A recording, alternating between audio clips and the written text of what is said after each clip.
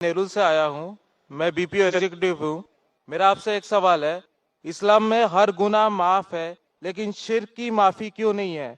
अगर इंसान कत्ल करता है उसे माफी है, जिना करता है उसे माफी है, लेकिन शिर्क की माफी क्यों नहीं है? भाई साहब का सवाल है कि इस्लाम में सारे गुनाह की माफ़ी है, शिर्क की नहीं। कत्ल करता है माफ़ी है, जिना करता है माफ़ी है, शिर्क की माफ़ी क्यों नहीं? आप कुरान मजीद के बारे में जिक्र कर रहे जो सूरह निसा में है, सूरह नंबर 4 आयत नंबर 48 और आयत नंबर 116। इन दो आयतों में सूरह निसा सूरह नंबर 4 में लिखा है कि अगर अल्लाह चाहे तो कोई भी गुनाह को माफ कर सकता है, लेकिन शिर्क को कभी नहीं माफ करेगा, क्योंकि जो शिर्क किया है वो बहुत भटक चुका है। तो इसमें यह नहीं लिखा है कि अब जिना करेंगे तो माफ करेगा ही, कर सकता है अगर आप तौबा करेंगे तो। अगर आप तौबा करते कि मैंने जिना किया हूं, मैंने कत्ल किया हूं, मुझे माफ कर दे और इंशाअल्लाह मैं आइंदा नहीं करूंगा, तो अल्लाह माफ करेगा।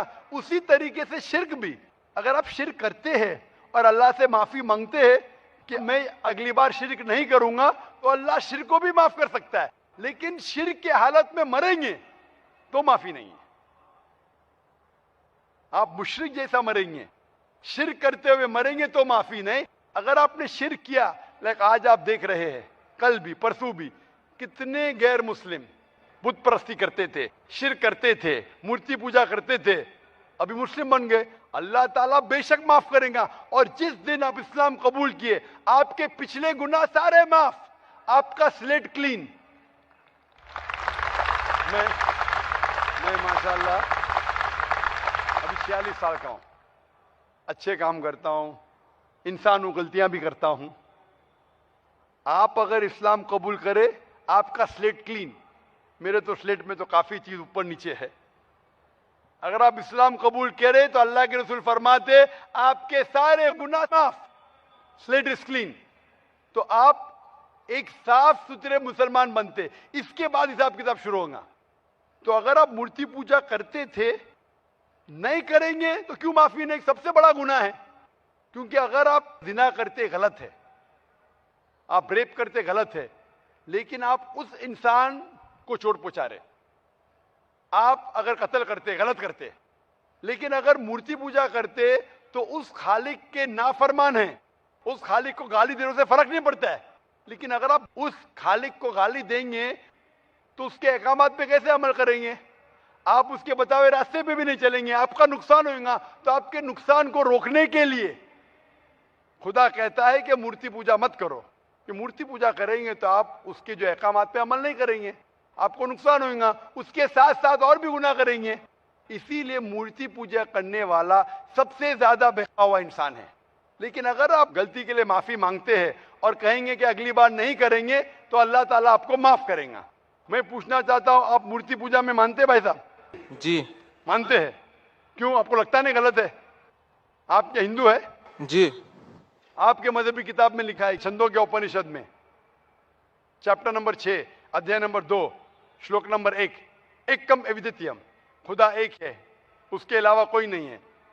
लिखा है श्वेता श्वेता उपनिषद में अध्याय नंबर 6 मंत्र नंबर 9, नाचस्य कस्य जनिता न चदीपा, उस ईश्वर, उस भगवान का कोई रब नहीं, उसके कोई वालदेन नहीं। लिखा है श्वेता श्वेता उपनिषद में चैप्टर नंबर 4 मंत्र नंबर 19 में, न तस्य प्रतिमा अस्ति, उस ईश्वर, उस भगवान की कोई प्रतिमा नहीं, कोई अक्ष नहीं, कोई पिक्चर नहीं, कोई पेंटिंग नहीं, कोई फोटोग्राफ नहीं, कोई मूर्ति नहीं, कोई बुत नहीं।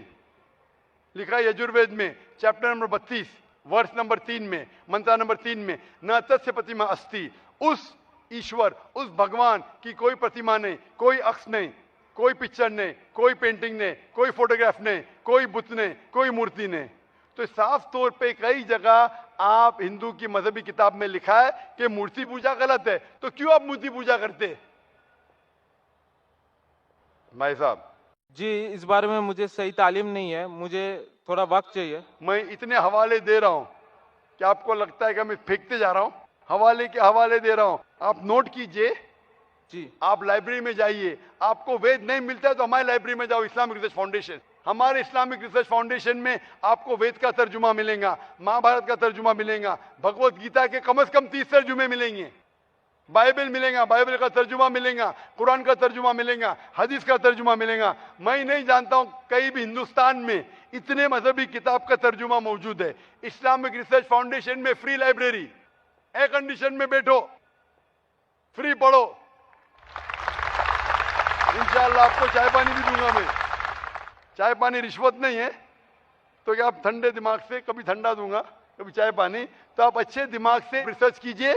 हमारे पास कंप्यूटर सॉफ्टवेयर है। आप क्या जानना चाहते हैं वेद के ऊपर, बटन दबाओ, मिलेगा आपको। किधर लिखा है मूर्ति पूजा हराम है, बटन दबाओ कंप्यूटर में निकलेगा बाहर। वेद के कंप्यूटर सॉफ्टवेयर है, बाइबल के कंप्यूटर सॉफ्टवेयर है, कुरान के कंप्यूटर सॉफ्टवेयर है, हदीस के। तो मैं आपसे दरखास्त करता हूं कि आप रिसर्च कीजिए कि खुदा एक है, रिसर्च कीजिए कि मूर्ति पूजा गलत है, रिसर्च कीजिए कि आखिरी पैगंबर मोहम्मद सल्लल्लाहु अलैहि वसल्लम है। और मैं दुआ करता हूं कि आपको हक जल्दी मिलेंगे ताकि आप इस दुनिया और आखिरत में सफलता पाए। शुक्रिया। बहन ने सवाल पूछा है कि इस्लाम में नज़दीक के रिश्तेदार फर्स्ट कज़न को शादी करने की इजाज़त क्यों है, और मैं डॉक्टर हूं तो मैं सवाल का जवाब अच्छी तरीके से दे सकूंगा। जो बहन का सवाल है कि आप इस्लाम में फर्स्ट कज़न, चाचाजाद भाई या बहन से शादी करने की इजाज़त है, ये क्यों है? कुरान में जिस से मुमानियत है जो आपके लिए शादी में हराम है, उसका जिक्र कहा गया सूरह निसा में, सूरह नंबर 4 आयत नंबर 22, 23 और 24 में। मैंने पहले भी कहा हूं कि इस्लाम में कहा गया कि आप अपनी माँ से नहीं शादी कर सकते, आपकी बहन से नहीं, आपकी बेटी से नहीं, आपके भाई के बेटी से नहीं, आपके बहन के बेटी से नहीं, आपके वालदा के बहन से नहीं, आपके वालिद के बहन से नहीं, वगैरह वगैरह। इसके अंदर चचाजाद भाई और बहन का जिक्र नहीं है, तो क्यों अलाउड है? इसे कहते हैं कॉन्सैंग्यूनियस मैरिजेस, अंग्रेजी में कहते हैं कॉन्सैंग्यूनियस मैरिजेस। आज की साइंस जो कहती है कॉन्सैंग्यूनियस मैरिज से they can be genetic problems, लेकिन गौर किया जाएगा तो आज की साइंस ये कहती है कि अगर आप अपने सगे भाई या बहन से शादी करते हैं तो बहुत इम्कानात है कि देर में भी जेनेटिक प्रॉब्लम, आपको कई बीमारियां होंगी। आपका सगा भाई सगा बहन नहीं तो भी हो सकते हैं, लेकिन चांसेस बहुत कम है। इस्लाम में चचाजाद भाई और चचाजाद बहन या फर्स्ट कजन से शादी करने की इजाजत है।